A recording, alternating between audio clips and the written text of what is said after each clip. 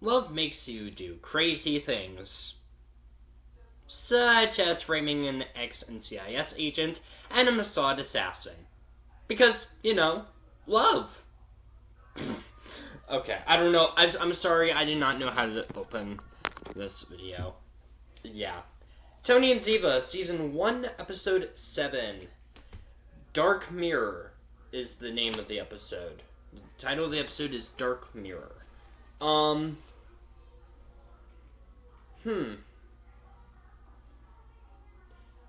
This episode is very exposition-filled. So, I was not expecting that. This was, very exposition-filled episode. And I'm okay with it. But it makes me feel, oh crap, how's this season gonna end? I almost said, how's this series gonna end?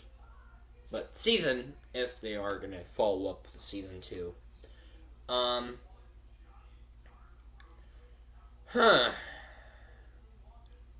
This was, yeah. So I have my the computer side split with the camera and the notes that I put in here. Ugh. I'm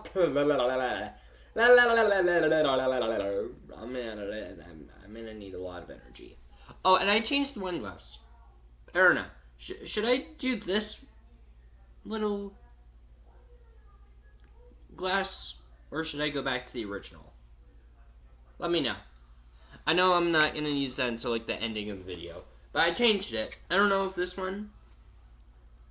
is better, or if I should have done the original that I did. Let me know down in the comments. I'll probably use this for the rest of the series if I don't get any comments. But hey. Gosh. So this episode, we really got to really know the backstory more on... I'm gonna open the windows. It's gonna get... Here. Hold on. I'm opening the windows. I'm still here, you guys. So, this episode we really got to learn more about Jonah and Martine's backstory and their history, which I was not really expecting. I don't know. I mean, yes, we've gotten really good, backstories of villains in the original show, but I didn't think we were going to get that in here. I thought they were just going to meet these two assholes who framed Tony and Ziva just because. So, if you remember in my last video, when I said that they retrieved the Raining Fire drone back to Raining Fire, and all of it is connected to Aaron Graves, and we didn't know why, this episode explains that. And it really does a lot of talking.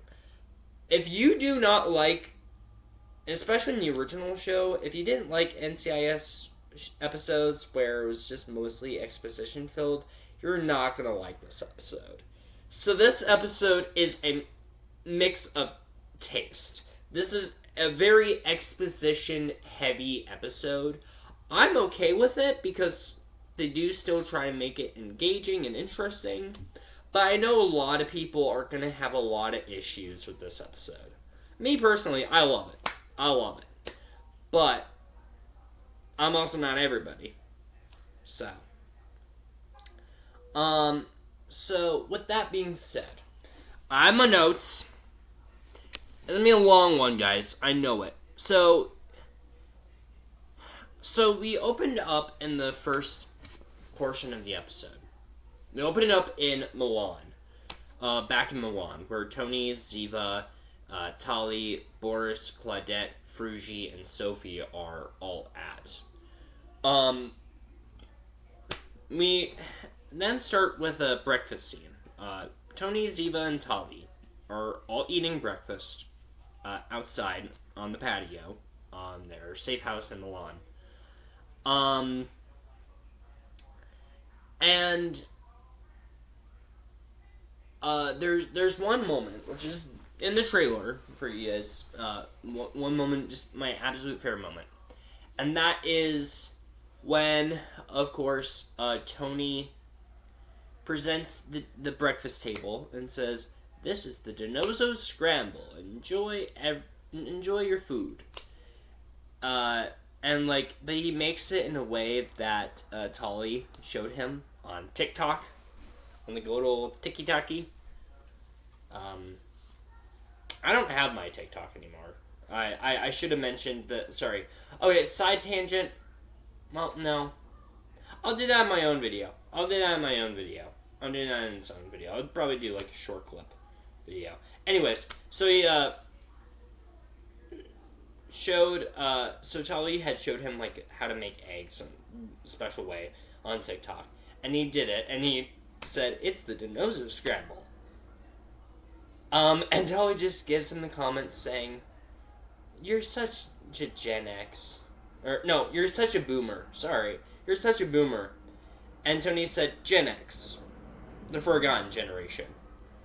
And then Tali just goes, "What's Gen X?" And then Ziva just goes, and the joke writes itself. And Tony and Ziva just look at each other, both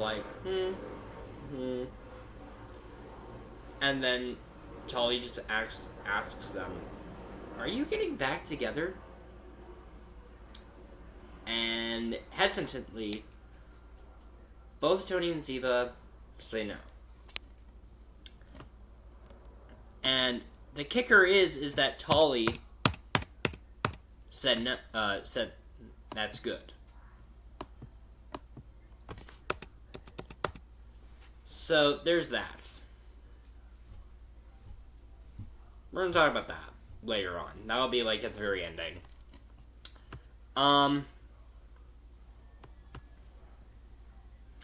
Okay, so this is gonna be very much a lot of information thrown at you. The second note I have in here. So I'm trying to think. Okay, yeah. So we then cut back to this apartment. I wrote mansion on my notes, but I'm like, wait, no, it's an apartment. Where Martine, Jonah, and Dejan Lazar are all at. And Dejan is having a feud between Jonah and Martine. And pretty much he's angry because he thinks he would go back to prison if he helps them take down Aaron Graves, the head of Raining Fire Peacekeeping Solutions.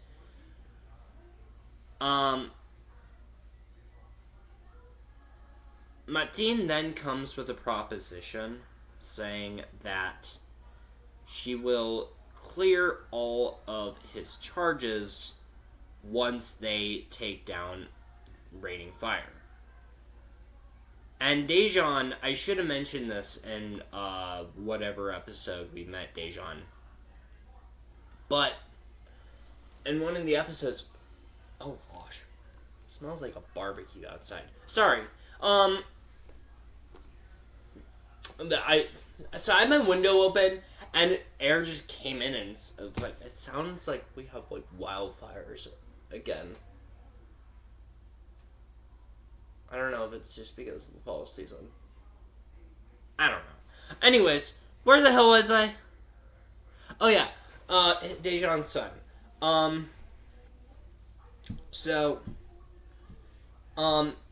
I should have mentioned this whatever episode it was that we met Dejan, on my review for that episode. But in whatever episode it was, Dejan had this sort of conflict with his son, shall you say, many years ago. And because of that, him and his son didn't get along very well. And he said, that's all nice and done, but my son still fucking hates me. There's no way I can get along with him. Martine, however, came up with that plan. For 6 months, Martine had impersonated as Dejan online on chat logs and talked to his son. And the stuff that Martine found out was that his son misses him and wants to see him again.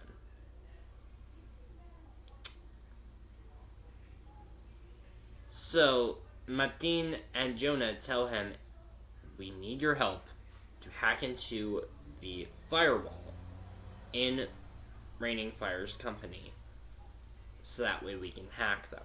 And once you help us do that, then we can find a way for you to see your son again. And hopefully he won't fucking hate you. And he is like, fine. I'll agree to that. So, that note off. We then flash back in 2014. So this would have been like, what, season 11 era of NCIS, right? Season 11 era, season 12 era of NCIS. We cut back to 2014. And we find out that Martine and Jonah had first met each other at a secure con that Aaron Graves had hosted. While there, they had both talked about stuff. And eventually, they fell in love.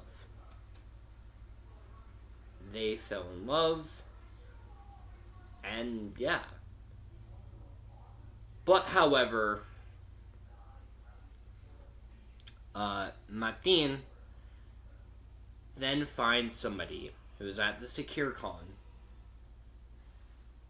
who wants to kill her. So while there, she ends up killing him and is trying to figure out a way how to hide the body. Jonah then realizes and puts the piece together and says, wait,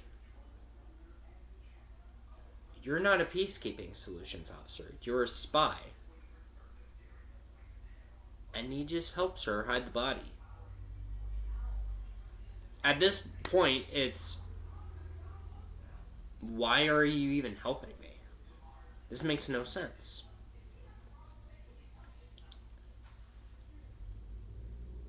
But then we find out some backstory between Martine and Jonah.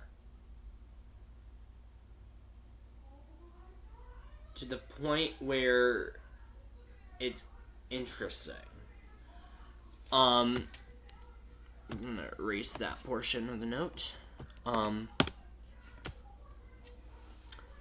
She said that the guy who was at the secret con, who had found her, was a part of a Raining Fire unit who was escorting a French ambassador way back when.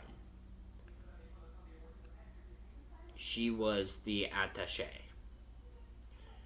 And that one day, the ambassador had wanted to go to the beach. But Martine went into an armed convoy. They had soon found out that they had went into an ambush full of children. And the children were at least ages 12 to 14, maybe a little younger, maybe a little older. And Martine was trying to save everyone. Martine was trying to help and save every children at the ambush. But Aaron Graves opened fire. Aaron Graves shot every single kid, every single children, with no remorse at all. at the ambush, and he shot them until they were spilling blood out of their heads. And Jonah, his backstory is sort of similar. Not really. Jonah grew up in the Balkans. And Aaron Graves killed every single member of his family in the Balkans, leaving him the only person of his family left alive, and the only person of his family that successfully managed to go to the U.S. So, that's some of the backstory between Martine and Jonah. And honestly, that was stuff that I kind of wasn't expecting this show to tackle. I thought that Martine and Jonah were just going to be probably just one-note villains, not having a whole lot to do. But they don't. They want to kill Aaron Graves. And once you realize that, it makes you figure out, wait, Aaron Graves is a bad guy. So Tony and Ziva are after bad guys, and the bad guys are after a bad guy. So, but it also makes you wonder, why is it that while Martine and Jonah are going after Aaron Graves, why did Jonah frame Tony and Ziva in the first place? It's not like they were part of the equation to take down Aaron. They weren't. They just are kind of there. And it also kind of explains why Martine did not feel comfortable ordering Gallimard to kidnap Tali. Because she wanted to save every one of those children at the ambush. She wanted to desperately. So the fact that she was ordered by Jonah to tell Gallimard to kidnap Tali was pretty much, in her mind, I'm pretty much doing the same thing Aaron did. And I don't want to do that.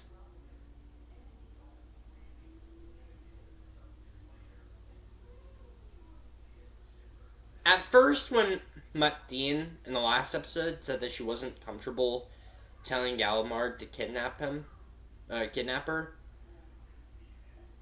I was just confused, because you're like, you're a bitch, you're a villain, come on, this shouldn't be your first rodeo. But now that I know her history and her backstory, it's like, oh, shoot. Okay. Now it makes sense why you didn't want to kidnap Tali. You didn't want to deal... You just weren't comfortable having to be a monster, just like the monster who killed every children at the ambush that you were a part of.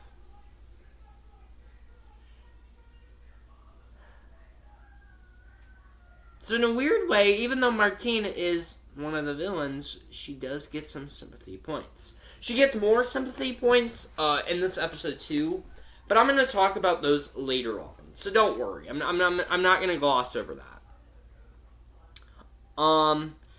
So eventually, Tony and Ziva have a perfect plan to bug the apartment that Martine and Jonah are in back in Paris.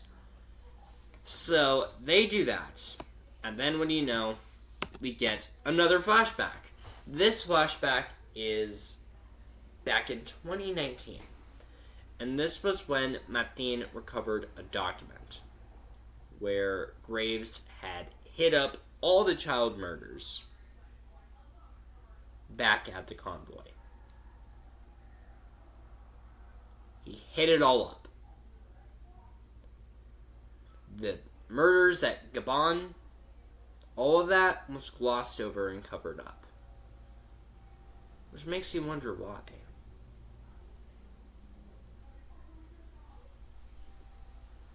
I just realized how abruptly I moved on to that.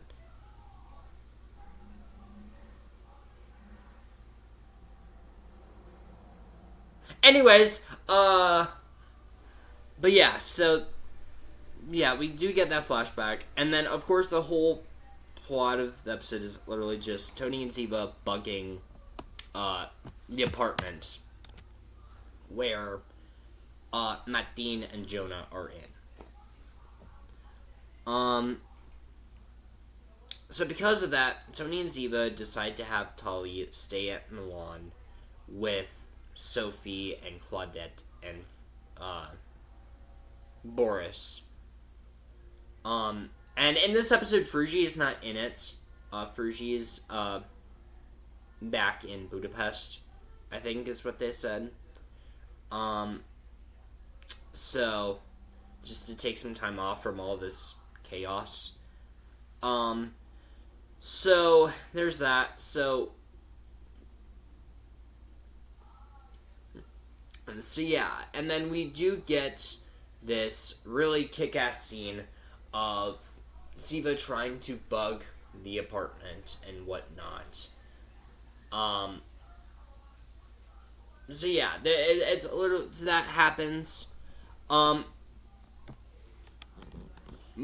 how they're going to do that, Tony and Ziva do go to Paris and they find a place to stay, which is at Ziva's therapist boyfriend's house. That is a lot of Ziva's therapist's boyfriend's house. Which makes the second LGBTQIA plus representation in the show, with Claudette and Sophie, and this being Dr. Lang and Archie. Who I liked Archie. Archie was fun. I liked him. He was a fun character. I hope we see Archie more. Archie, who's played by, let me look this up here. Tony and Ziva, Archie character. He is played by actor. My bad.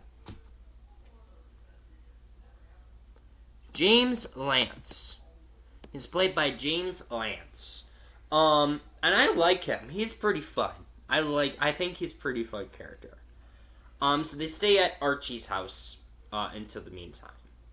And while there, Tony and Archie play chess, and he just kind of talks to Tony. And some of the stuff that they talk about is that Tony still believes that he has feelings for her. There's some other stuff there, but I think I should get to this before I abruptly go to other stuff. While there, Tony and Archie talk about feelings and what Tony is feeling about Ziva. And Tony said that after he retired NCIS, he felt like he had to do one job only: protect Tali. And while he did do that, while he does think Ziva is an amazing co-parent, and amazing at what she does, he still has some sort of feelings about her that's unresolved. There's a lot of unresolved feelings for Ziva, and he doesn't know how to tell that to her,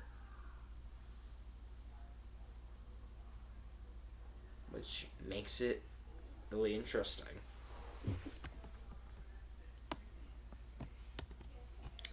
Okay, so I'm gonna erase a lot of notes here. Hold on.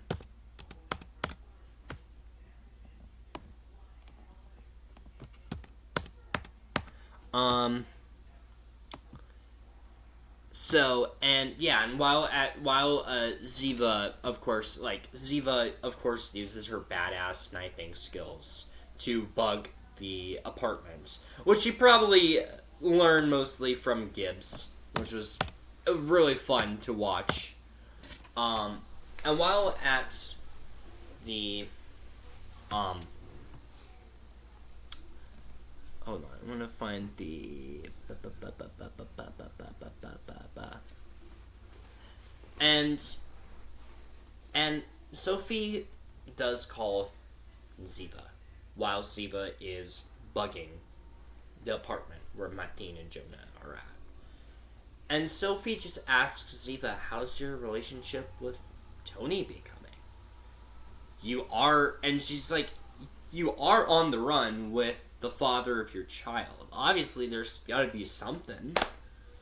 And Ziva said that she doesn't know if she's falling back into old habits or if she's really truly in love with Tony still. So there's that. But she's also like, at the same time, I don't know if it's even going to work because Tali just said that she doesn't want us being back together. So I don't know. So there's a lot of like tension for that happens because like there's obviously some unresolved feelings that Tony and Ziva have for each other, especially after Ziva faked her death and all. But it's just like, how do you approach that? How do you even talk about all that? And especially with Tali, how the hell is Tali gonna feel, especially considering that she is okay with Tony and Ziva not being back together? So it's like it's weird.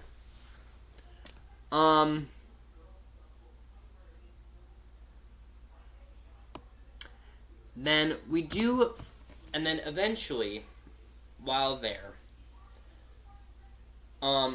Jonah and Martine, or no, not Martine. It's mostly Jonah. Jonah and other corrupt agents of Interpol break into Archie's house and does a search and seizure on his house.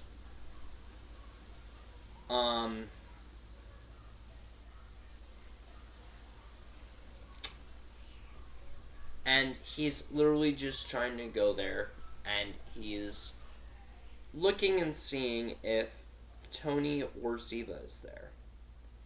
And you know Tony and Ziva, they're very good at hiding. They're very good at hiding. I think that shouldn't come to you as a surprise, considering Ziva was in witness protection for 5 years, but when she had to fake her death. So there's that. And we do realize soon that there may be more to the story with Jonah. There really could be.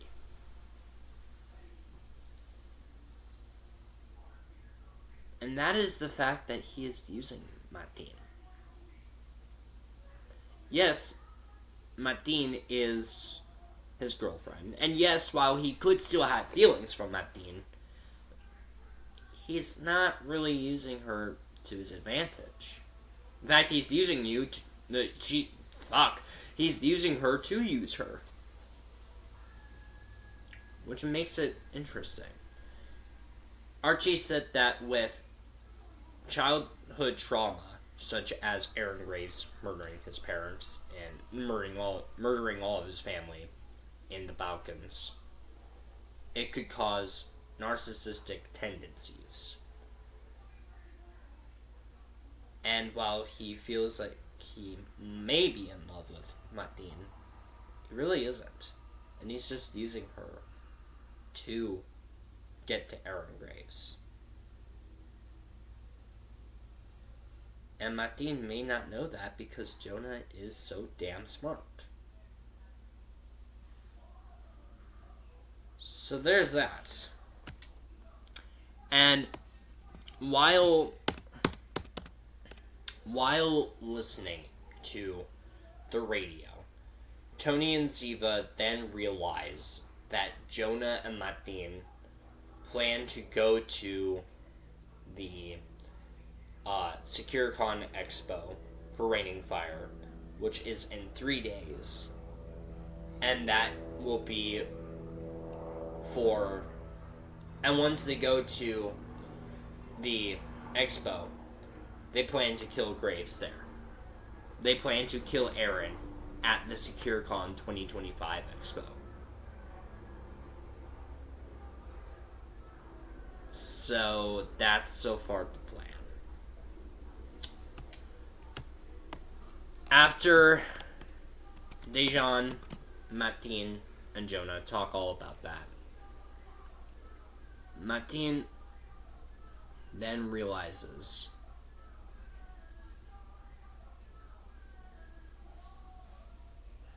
so Martine and Dejan talk about. So Martine tells Dejan about all the news, or not news, but like the reasons why Jonah is after Aaron. And Dejan is just telling her, saying, he's using you. I don't think you understand it. He's absolutely using you. So after a while, Martine then realizes the information. And she tells Jonah that Dejan told her that he is just like Aaron. And the fact that he is using her. We then cut to a flashback back in 2023. Jonah then finds out that Interpol doesn't believe the information that he told about the attack on the children in Gabon that Aaron Graves did. And because of that, he's having a hard time because he's trying to show justice. He's trying to show justice on the kids in Gabon. He's trying to show justice on his brothers. He's trying to show justice on everyone. He doesn't know how to do it because he just wants to go after them. And Martine just says, we will. And we'll do that without Interpol's help. We will do it by ourselves. We will take down Raining Fire. We will take down Aaron Graves. Eventually. What do you know? They do that here. In 3 days, they are going to do it.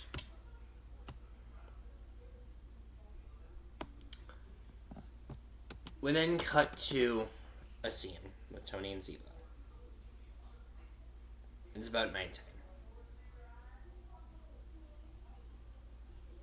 And Tony and Ziva are just having a little chat.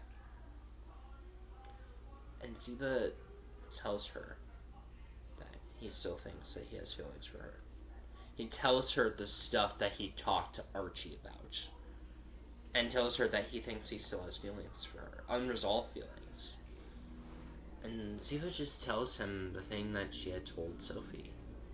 Which was I don't know if I'm falling back to old habits or if I really am in love with you. And they just stare at each other blankly for a little bit. And he remembers. And he switches the radio from the bugging station. He switches the radio. A romantic French song plays. And it says, I remember back when I met the girl I first kissed. I had a radio just like this, and Frankie Valli song, Can't Take My Eyes Off You, played. And he just looks at Tony and says, I don't know if I can ignore what's in front of me. And Ziva just says the note. and they kiss. Which means that they are still in love with each other. But it's tough because Tali doesn't think that they do like each other. There's been times where, throughout most of the show as well, where Tali just thinks that they barely talk to each other. Ziva always calls Tony a child. And while Ziva and Tony did try and get married, Tali said that she thought that was just because they thought it would be for her. But the main fact of the reason is that Tali's okay with them not being together. She's been perfectly okay with how it is. She's just happy that she still has her mom and dad with her. Which makes it even more difficult. Tony and Ziva are having a difficult time because they're trying to make they're trying to make Tali happy. But they're also like,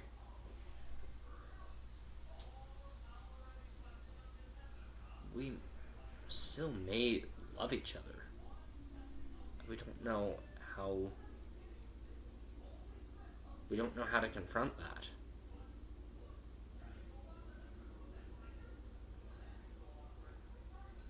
So there's that. It makes me wonder how they're going to end this season. Because you could do the way of Tony and Ziva gets right back together at the end of the season, which I think would be a bit unrealistic. Or they could still have unresolved feelings, and that could lead to season 2, if we even get a season 2. So like it's a lot to process in your brain. It really is.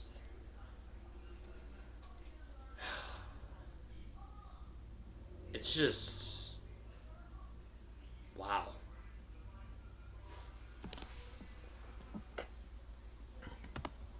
But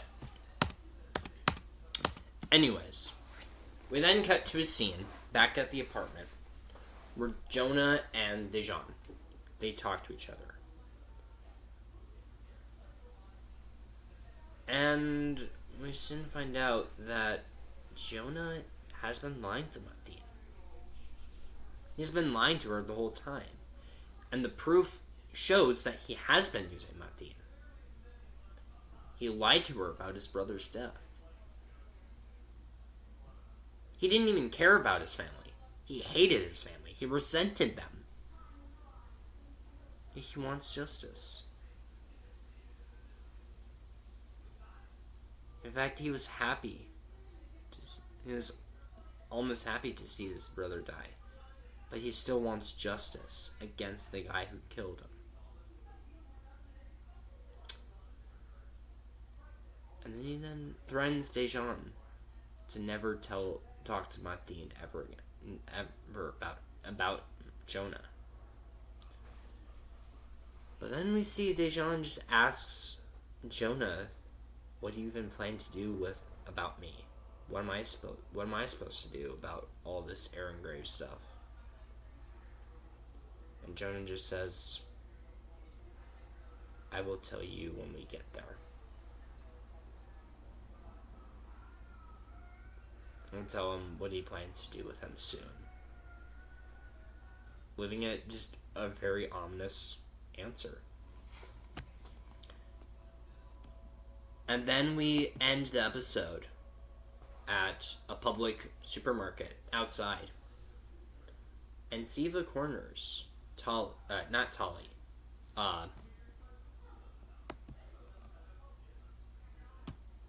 And she corners Martine. That's what I was trying to talk about. She corners Martine and says, "You're lucky we're at a public setting right now. because I would do so many things to you for what you did to my daughter. And then she just asks her, what else has Jonah not told you? And then Ziva just leaves. And that's the end of the episode. So, this was very exposition heavy. This episode was hugely exposition heavy. And I'm okay with it. I'm okay with it, because we got to see, well, not so much Jonah, but mostly Martine in a very different light. We got to see her in a very different light, and we see that maybe Martine is actually a good person at heart. She's just being forced to do all this stupid shit because of her boyfriend, who, at this point, I sense betrayal between both of them. I sense betrayal between Martine and Jonah. I'm just interested in how this season is going to end. We have 3 episodes left. 3 episodes left. 8, 9, and 10. Gosh. The season is just flying by. September just flew by. September just... Like, gosh. I can't believe we're 7 episodes in. 7 episodes in. God. I love this show. I love this show. I wasn't expecting how much I love this show. But, yeah. I'm just interested how they're going to end this season. I'm interested to see if we're even going to get a season 2. There's just so many stuff happening that I'm just interested to see what's going to happen next. You know? Gosh. Anyways. We have reached that point, guys, where we must do a ZIVA-ISM of the review. That rhymed. Gosh, I feel like Dr. Seuss. The cat in the hat knew all about bats.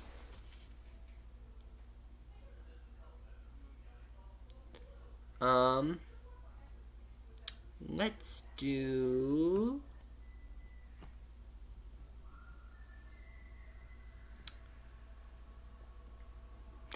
Yes. So this episode, Tony and Ziva are in a they're trapped inside a container. They're trapped inside a shipping container. And in this episode, Ziva is trying to get reception on her 2006 phone. Shall we say? This was back in good old 2006. So with the flip phones. I think, 2000, wait. 3, 4, 4, 5, 5, 2000. Oh. Season 3 was 2005, 2006. Somewhere around there. But she was, trying to get reception on her good old flip phone, you know? And she just says, I'm not getting any, oh no, Tony says at first, I'm not getting any reception. How about you?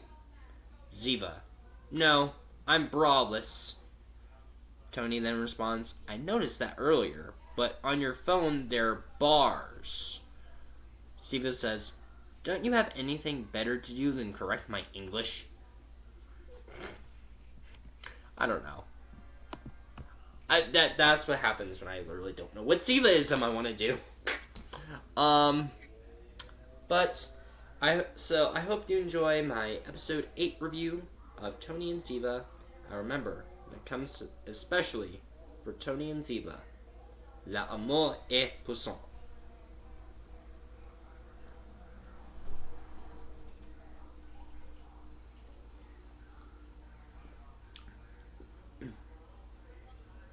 I feel like if I do this class, it takes way too long. What do you guys think? Should I do this one, or should I go back to the old one? I feel like if I do this one, it takes way too long. Anyways, see ya.